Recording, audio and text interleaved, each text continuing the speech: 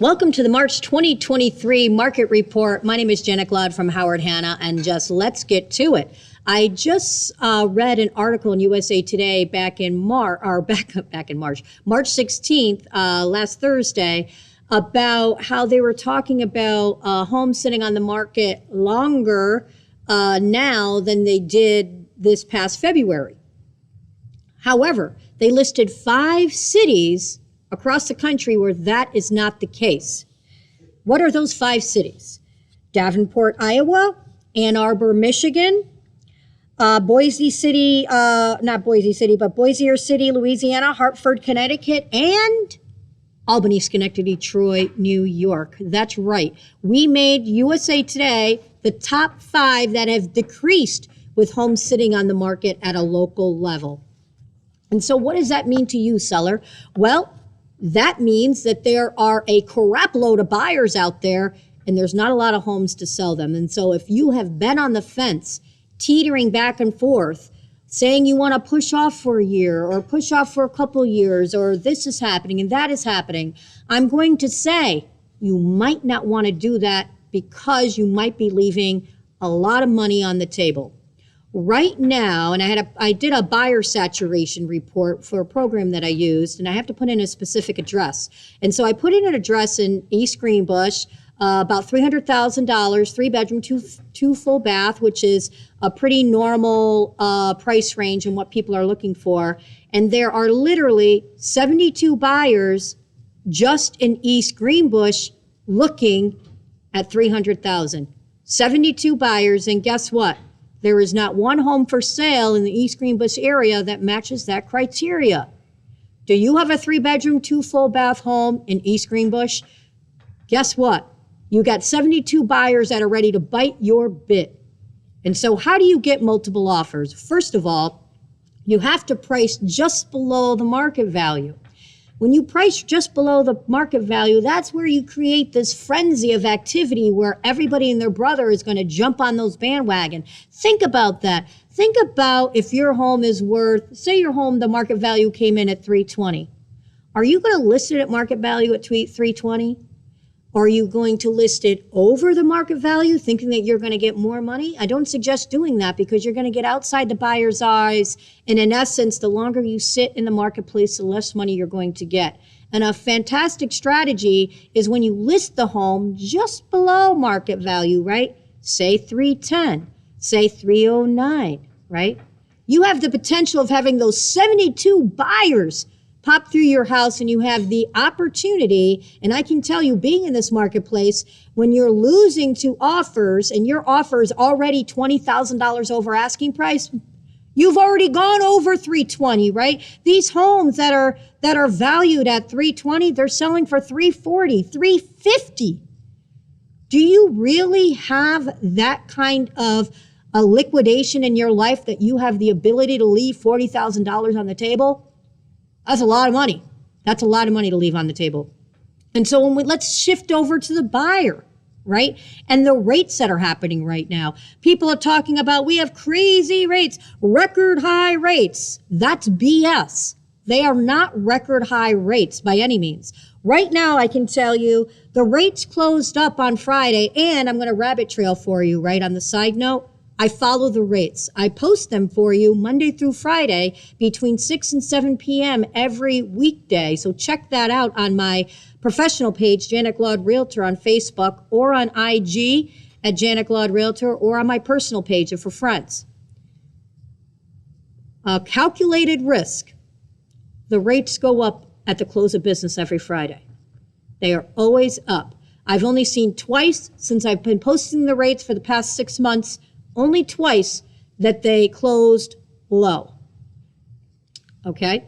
Low meaning, I guess I should reverse that. Where they close, rates are down, right? In the green, not in the red.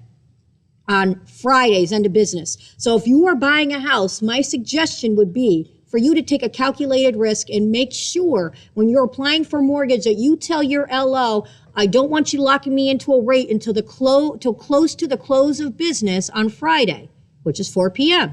So say he gets you locked in at a rate at 345. Lock in that rate because it's going to be lower than it is any other time during the week. Almost always, well, I would say 30% chance of the rates ending high on a Monday, in the red, and then will fluctuate throughout the week. But almost always Friday, rates will close lower than they did throughout the week.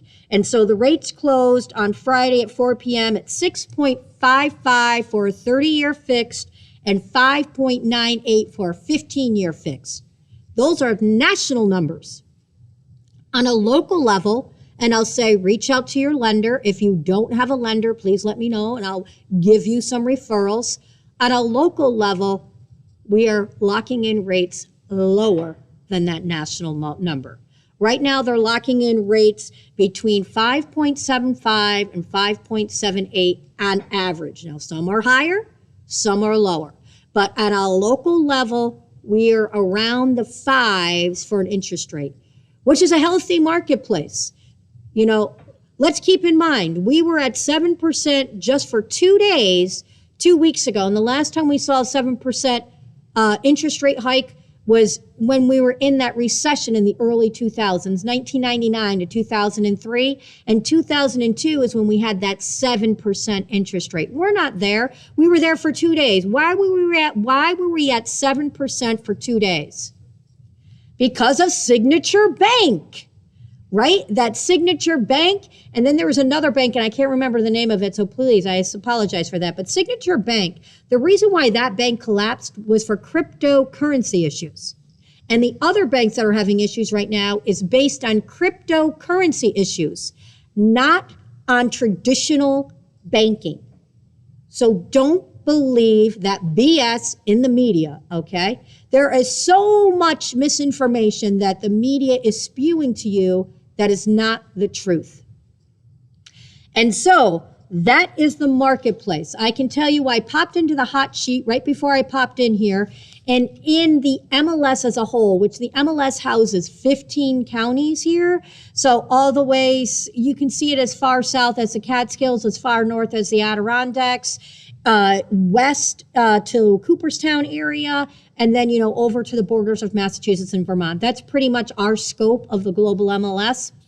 In 24 hours, single family residential, no price cap, 10 new listings in one day. And 15 counties. Seller. Now is the time to reap the kind of money that you always wanted to do in your home.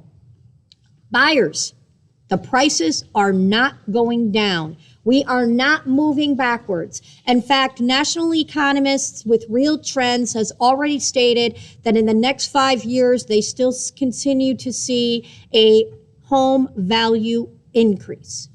Now, we're not going to see it as exponentially, I am always saying that word wrong, as we saw during COVID times, right? We're not going to see it there, right? Because the COVID was the caveat of why we saw the hike so much, right?